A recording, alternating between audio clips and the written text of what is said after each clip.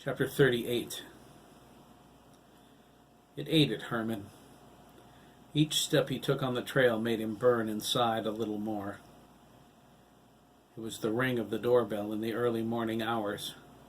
He was standing in his underwear before a leering policeman who spoke the words that broke his father's heart. Ira tore at his clothing and collapsed to his knees in front of the only son he had left. Herman remembered his father clawing at him, holding him so tightly he thought he would suffocate. He remembered the heat of his father's tears and the shrill noise of his wails. He wanted to break his father's grip and escape into the morning mist. This was the thought that drove him to the funeral. His brother was dead, and no one wanted to tell him how it happened. It was a murderer, the policeman said. A psychotic killer. He spilled his guts and gave more detail than he should have. Herman listened to him bend the truth and outright lie with growing outrage. Hiram was a lone man against all of those people, Herman thought. All those men and young men in Mike Dugan's house, with 2 police officers carrying guns, and he manages to kill my brother? No, absolutely not. Herman didn't believe it. He said so to the policeman's face. He demanded the whole story. He wanted to know why his brother was there in the first place. Herman commanded the cop to tell him the truth. The officer only shrugged. Herman broke away from his father. He slammed the door before he started wailing too. That was Saturday morning at 3 a.m. Herman stood with his parents yesterday evening as they laid his brother to rest. It was on the ride home Herman informed them he was going to the funeral at St. Peter's. Ira wanted to know what the point was. Herman said he didn't believe the police were telling the truth. At least, not the whole truth. Ira sighed, shaking his head. Another truth will bring your brother back? He's going to crawl out of the ground and come knocking on the door? Irma stared at him, horrified. No, Papa, Herman sadly replied. He turned his gaze towards the street lights. I just want to be able to go to bed at night without wondering.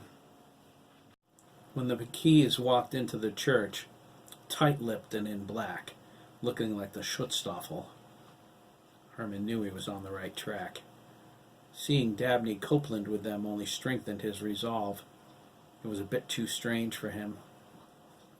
He resigned to walk into Lyle's house and demand answers. He took the trails so no one would see him on the road. If it was a conspiracy, he didn't want to announce his intentions. Unfortunately, Herman's experience with the trails was limited. The first road he came out on was Grady Lane, across from Lancaster Pond.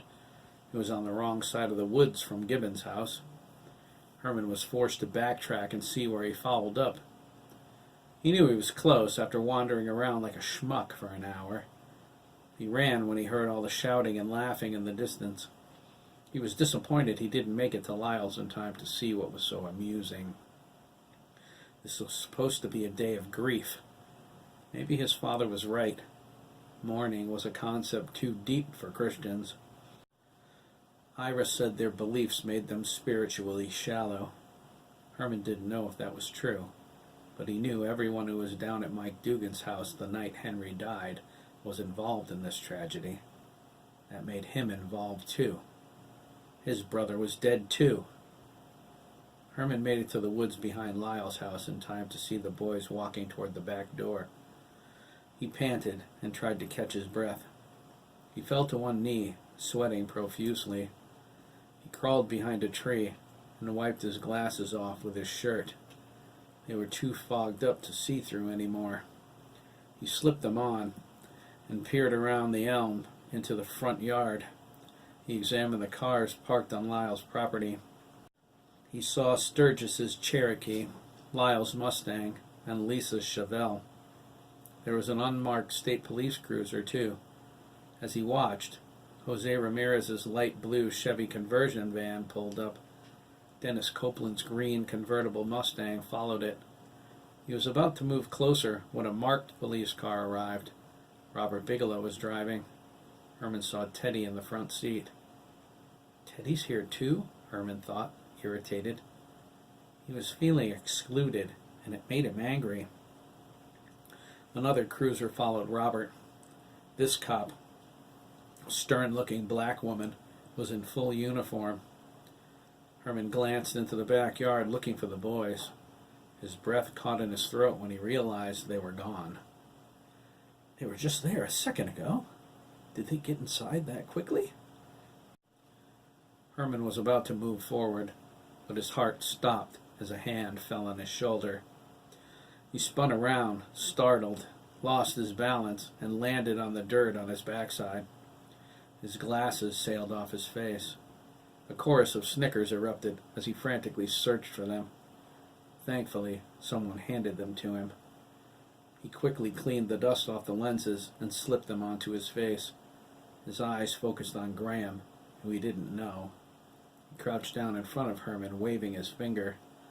Jeremy stood behind him. The other boys surrounded him in a semicircle. "We knew you were watching us, Herman," Matt said. He was dripping wet. They all were. Jeremy knew what you wanted at the church. "Yeah, man," Ricardo added, his brow furrowed. "You could have asked us what was going on." "Really," Max agreed. "You could have spared yourself all this James Bond sneaking around crap." "You never thought about doing that, did you, Schwartz?" Derek muttered. His green eyes burned with a low flame. "You should have." "Oh, God," Herman thought, his face flushing. They know all about it." "We know more than all about it, Herman," Jeremy said. "Don't we, guys?"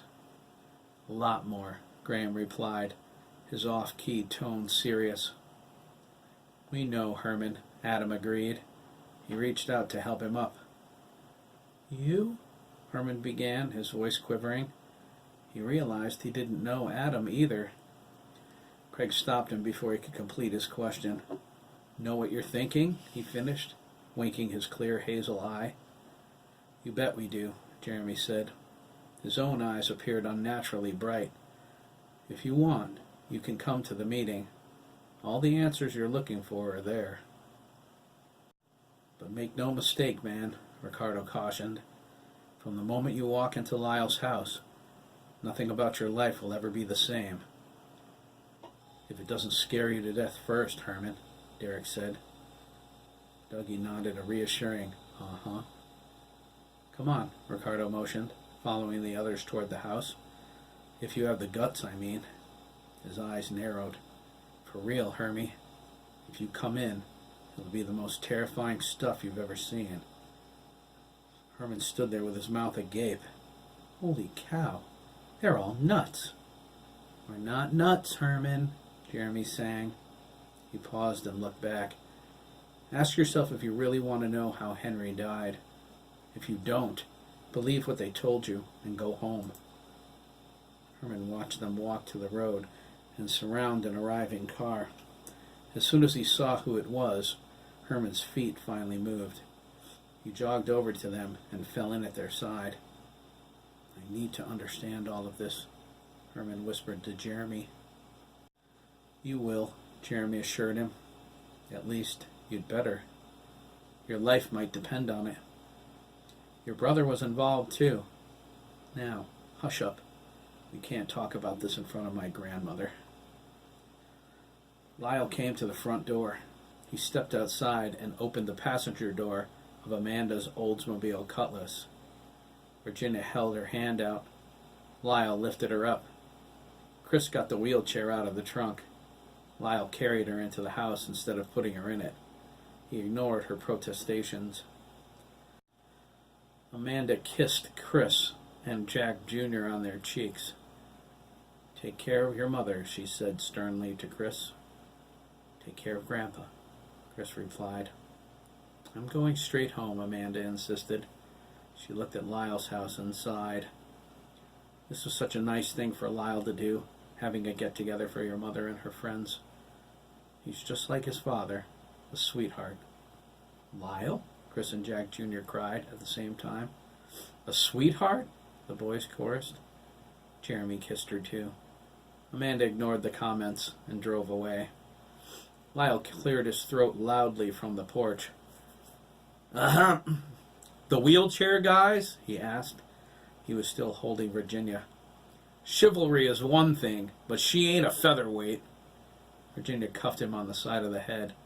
"Did Esmeralda ask you to help the boys?" she asked, taking him by the ear. "Ow!" Lyle cried. "Yes, you psycho! I said yes." Virginia let go of his ear. "You better have, Gibbons. We need you." Chris brought in the wheelchair. The boys filed inside behind him. Mickey led Jack Jr. to the back porch to have a chat about Wade. Lyle sat her down. He said, Yeah. You need an old man like me like you need a hole in the head." Virginia grabbed him by the beard. "We need you." Her look was hard, yet sorrowful. "You got me," Lyle said. "I'll do my best." She let him go. Herman noticed the warmth in Lyle's house. It radiated from every molecule. It brought him a sense of calm. He felt like he'd reached the top of the tracks and the roller coaster ride would start any time now. The living room furniture was gone. Lyle and Mike moved it to the back porch while the boys were rounding up Herman. They were replaced by enough metal folding chairs for everyone to sit.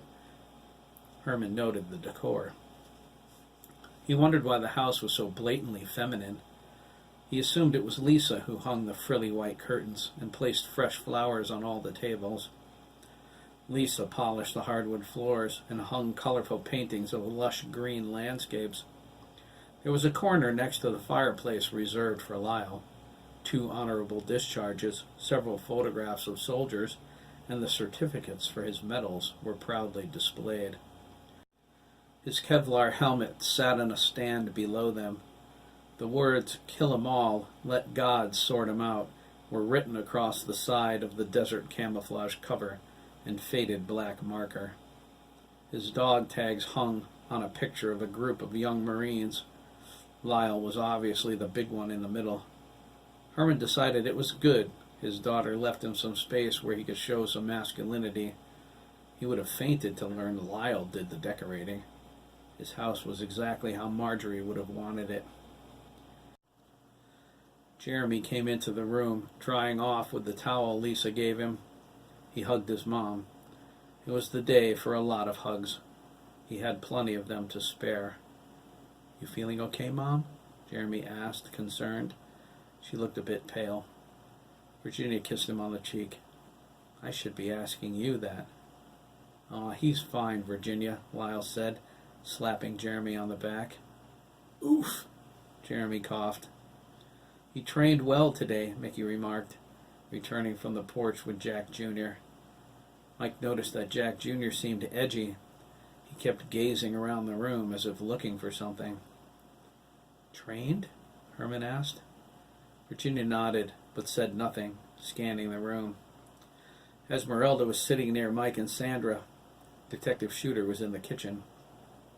Connie was helping him pour coffee for everyone. Mariana carried the tray, passing out the cups. Lyle had an old 5-gallon percolator that finally got used. Jose bought it for him one Christmas because he was always complaining about running out of coffee at the shop. Lyle tossed it in the cellar, where it sat ever since. Jose was the world's most incredible smartass. Chris helped his mother out of her wheelchair into a wingback chair he and Jose brought back inside for her. Lyle said he was sorry for forgetting she needed something more comfortable than a metal seat. Craig put a glass of orange juice in her hand. Jose sat by the fireplace. He picked up his coffee, cradling it like an infant. Virginia smiled at Craig. "How did you know?" "That's exactly what I was craving." Craig considered and shrugged. "Stray thought from Jeremy, probably." Jeremy nodded. Virginia looked concerned. Jeremy said, "It's okay, Mom." He elbowed Craig. Right, Craig? Right, Craig agreed, elbowing him back. No horsing around, Lyle griped as Linda opened the front door. Yes, sir, they replied in unison. Linda paused, one foot inside. You certainly have them well trained, Lyle. There was unmistakable venom in her tone. Randy stepped in front of her. So did Matt, walking in from the kitchen. He shot a glare of needles at his mother. She shot them back double. Mariana sat next to her husband. Robert waited until Mrs. Ramirez was settled before joining her. Teddy took the seat next to his father. Where should we sit? Randy asked, looking around. Sandra pointed to the seat next to her and Mike. Randy nodded, thankfully. Linda peered over his shoulder suspiciously. Old Ted knocked on the door jamb behind her, causing her to jump. Linda glared at him. So did Kate, who almost spilled her coffee in her lap. Old fool, Kate cried. Old Ted tipped an imaginary hat to her. Linda and Randy took their seats. It's about time, old man, Mike said. I was starting to think you weren't going to make it. Old Ted replied, I wouldn't miss this for the world. Me neither, Dennis agreed. He sat in a chair by the front window next to Kate. Even if I have no clue what I'm doing here. That makes two of us, Linda said, leaning over and nodding at him. Esmeralda cleared her throat. When she had everyone's attention, she said, I would like to put some names and faces together. My name is Esmeralda. I'm her grandson, Mickey, Mickey interjected. Weren't you at the carnival? Connie asked. She went there the first night with Graham. My son-in-law owns the carnival, my dear, Esmeralda replied. I'm the fortune teller. That's right, Connie exclaimed. I saw you, she said, pointing at Mickey. I'm Graham's mom, Connie. Mickey smiled shyly. Mickey and his grandmother are helping us, Virginia nodded. She leaned over from her chair and patted Esmeralda's hand. I want to thank you for that. Esmeralda replied, It's the Lord's will. Mickey's power guided us to you. Did you think it was mere chance that brought us together? Virginia reflected on this. No, I don't, she remarked. She winced, adjusting in the wingback. Nobody could. Not after all of this. Excuse me, Linda asked, raising her hand. Matt shuddered the moment he heard her voice. Would someone mind telling me what this is all about? I mean, I understand you're Mickey's grandmother, and he seems like a sweet boy, but honestly, I don't have a clue what you're talking about. I'm in the dark here too, Dennis agreed. Me three, Herman muttered. How about a little patience, Mom? Matt grumbled, embarrassed. Linda glared at him for a split second. She bit her tongue and said nothing. There was something different in his defiance. She was starting to see it more clearly. Maybe, she decided, I was too angry to notice it before. There was a maturity in his tone that seemed to have appeared overnight. She was loath to put him in his place in front of all of these people. But that didn't mean she wouldn't if he pushed her too far. He almost shoved her just then. She swallowed her growing anger once more. She was tired of doing that, too. Honey, Linda said. Her voice trembled. I'm about out of patience. Sweetheart, Randy began. Linda cut him off. No, Randall, she insisted. Her frustration slipped out a little more. She scooted up in her seat and leaned forward. I'm not going to pretend I haven't noticed the odd way everyone's been acting since the night of the murders, to be quite frank. As if you're ever anything else, Susan remarked. That's another thing, Sue, Linda said, seizing upon her remark. You're so hostile. Cut the bullshit, okay? Mickey gasped. Jose smiled. Mariana did the sign of the cross before she slugged her husband in the arm for smiling. Susan looked at Linda, impressed. Well, she thought, the cat has claws. Linda continued, unaffected. Her tone became accusatory. You're hiding something. You all are, even the boys. I want to know what that is. So do I, Herman said, crossing his arms. Dennis raised his hand. Me too. You'll get your answers, Lyle scolded. You want to give the kids a minute? All of you need to slow the hell down. Excuse me, Mr. Gibbons? Mickey asked. What is it, kid? Lyle barked, but then smiled tenderly. Well, Mickey began. Jeremy said, the cursing. Mickey's very religious. Well, heck, he replied, blushing. Why didn't you say so? Heck, Daddy? Lisa grinned. That's a new one. Blow it out your butt, little girl, Lyle snorted. Can we please get on with this? Linda insisted. I think we've waited long enough. If something's happening, if something's wrong... She looked at Chris and Dabney. If someone wants to tell us something, let's get it out in the open. There was a murmur of agreement. It gave Linda the validation she wanted. And let's have it, she snapped. Is there more about Milliken we don't know? Did he molest more of our kids? She looked at Matt accusingly. Were you molested? Jesus, Mom, no, Matt cried. Would it be better if I had been? You have no idea. He made a fist and fought hard not to lose his temper. He took a deep breath and let it out in a whoosh. You won't believe it, he said.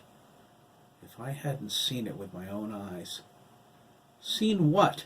Linda snapped. Linda, Virginia tried, but it was too late. No, she exclaimed, almost coming out of her chair. I want to know what's going on and how it involves my son. Look, guys, Randy said, coming across like a counselor. In his house, he had to be. We know you witnessed some pretty horrible things the night of the murders. Derek snorted. You can say that again. And we haven't pried, Randy continued. And we haven't insisted on counseling yet either, Linda added. Matt was annoyed at that one. He mumbled something unintelligible. Linda continued. My son refuses to speak a word about Friday. I'm having a lot of difficulty with that. She bit her lower lip. It was quivering. Jesus, fellas, she whispered. I don't even know if you guys are all right. And... She burst into tears. Linda's facade of strength crumbled. Jeremy saw what she was thinking. It was the night after the murders. She was standing in the doorway to Matt's bedroom, watching him thrash around in a nightmare. He was terrified and sweating, calling out and crying in his sleep. He begged for someone to save him. Linda never felt so helpless. Matt never had a nightmare so severe. She woke him up, scared to death, and asked him if he was all right. She asked what terrified him so, but Matt refused to talk about it. He shut her out and stuffed his feelings down where she couldn't reach. He never did anything like that before. She walked out of his room feeling like someone robbed her of her only son, the way she felt now, like she was losing everything. Matt moved to comfort her. He felt her sorrow was for real. Jeremy stopped him. Matt looked into his glowing eyes and sat back down. Jeremy turned, and the light cascaded over their faces. Connie screamed. Linda looked up, startled. She took one look at Jeremy and cleaved through Connie's screams with her own.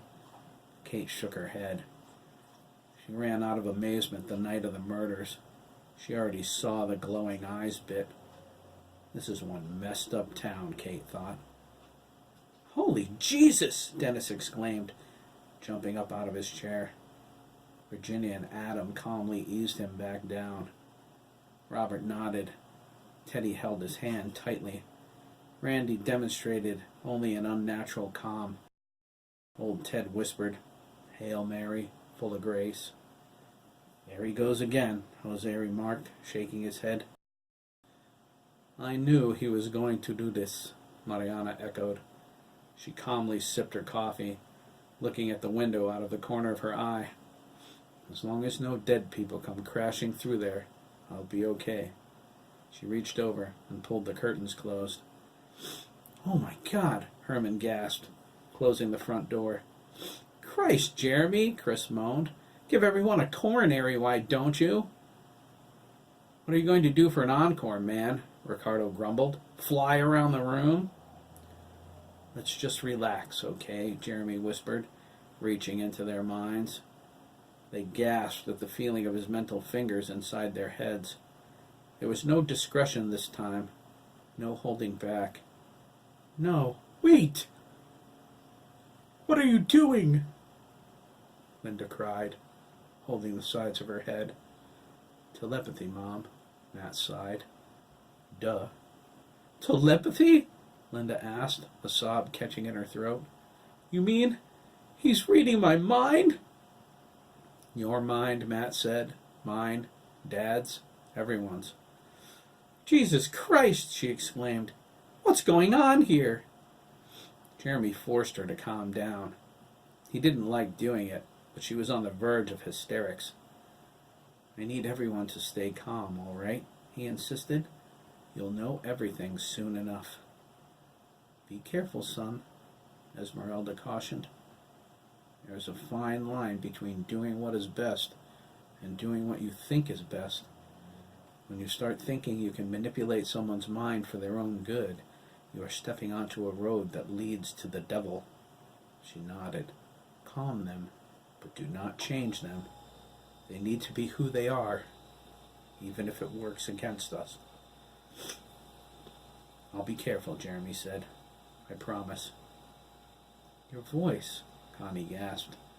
"It's so loud, and it's in my ears and my head," Dennis said, amazed. "Man." "Just be cool, Denny," Dabney said. "This is only the beginning." "You knew about this?" Dabney sighed. "You haven't got a clue." The power built up inside Jeremy as he jumped from mind to mind, linking them together. Instinctively, they knew what he was doing, and they recoiled. He pulled them back, gently, his voice a calm reassurance. "I'm not going to violate anyone's privacy," he insisted. "I'm linking you together so you can see." "But how are you doing this?" Connie asked. She liked the feeling of her husband inside of her mind. She saw him for what he truly was. He was exactly what she thought he would be. "So we can see what?" Sandra asked. She felt the sincerity and strength of purpose radiating as Jeremy linked them directly to the boys. Surprisingly, there was no fear, Linda whispered. "The boys aren't," Connie began. "Afraid of," Kate continued, rubbing her temples. "What Jeremy's becoming," Dennis added. "Are you?" Mike completed. "There's a lot of other things to be afraid of, Uncle Mike," Craig remarked. "How could there be?" Linda insisted.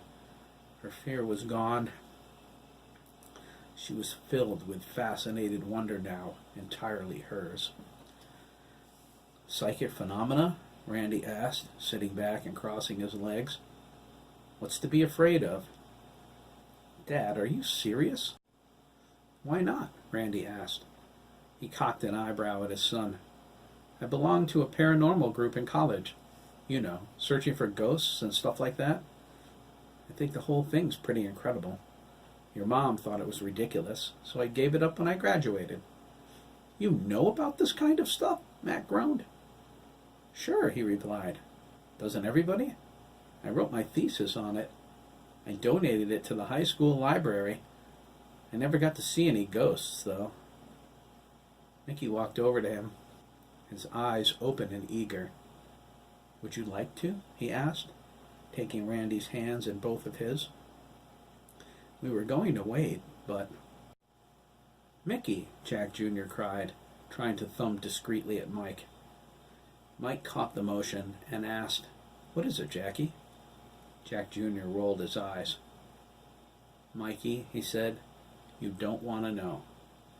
Jackie, Mike replied, I do want to know. Jeremy caught Jack Jr.'s thoughts.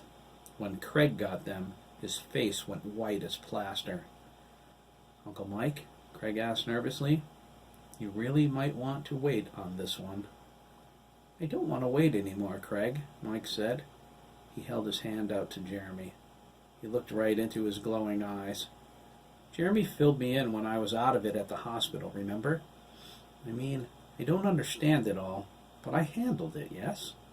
I can handle anything now. I doubt it, Jack snorted. Try me, Mike insisted. Craig and Jack Jr. turned to Sandra. She shrugged. Give the man what he wants. Jack Jr. said, You are not ready for this. Mickey stood in front of Jeremy and placed Jeremy's hands on his forehead. He nodded when he was ready. Nice and easy, Jeremy, Mickey cautioned, just like before. Jeremy reached out and touched Mickey's mind. He found the frequencies within him and transferred them along the mind link.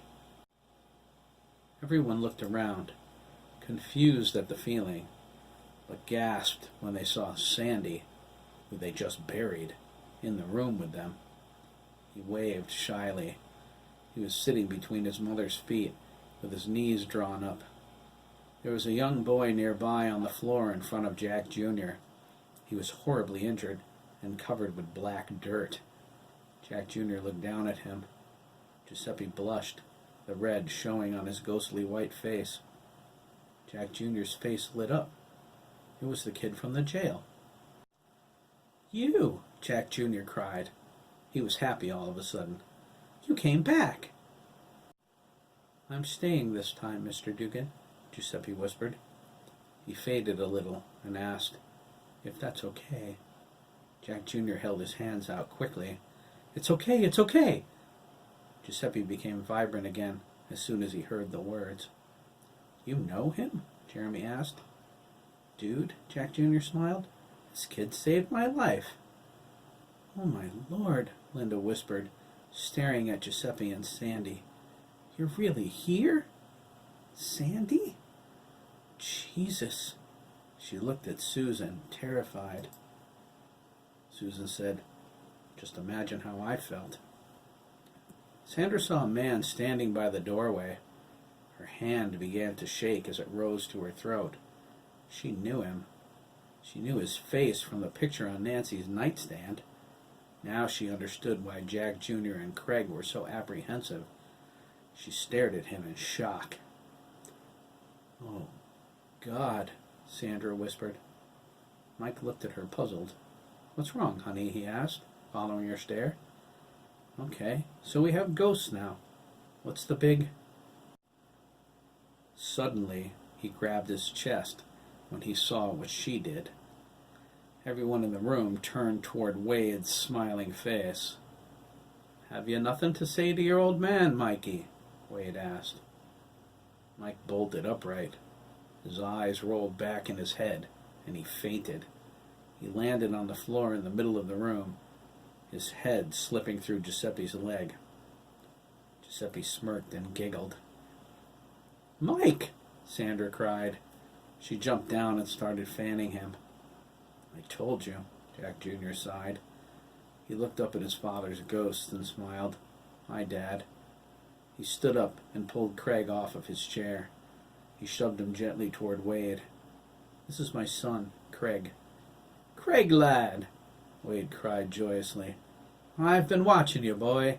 Do you know how proud of you I am? You make an old man's heart burn bright. Craig held out his hand. It shook like crazy. Wade gripped it. Craig looked into his grandfather's face, down at his hand, and fell backward on the floor next to his uncle. Jeremy latched onto Max's mind to keep steady. He felt his power leap forward when Craig passed out. Max was the second strongest person he knew. Max let him in without hesitation. Adam stood up and stretched. He stepped out of the room and went into the kitchen. He put a glass under the ice maker and waited for cubes. "Never a dull moment around here," he said, and got a soda.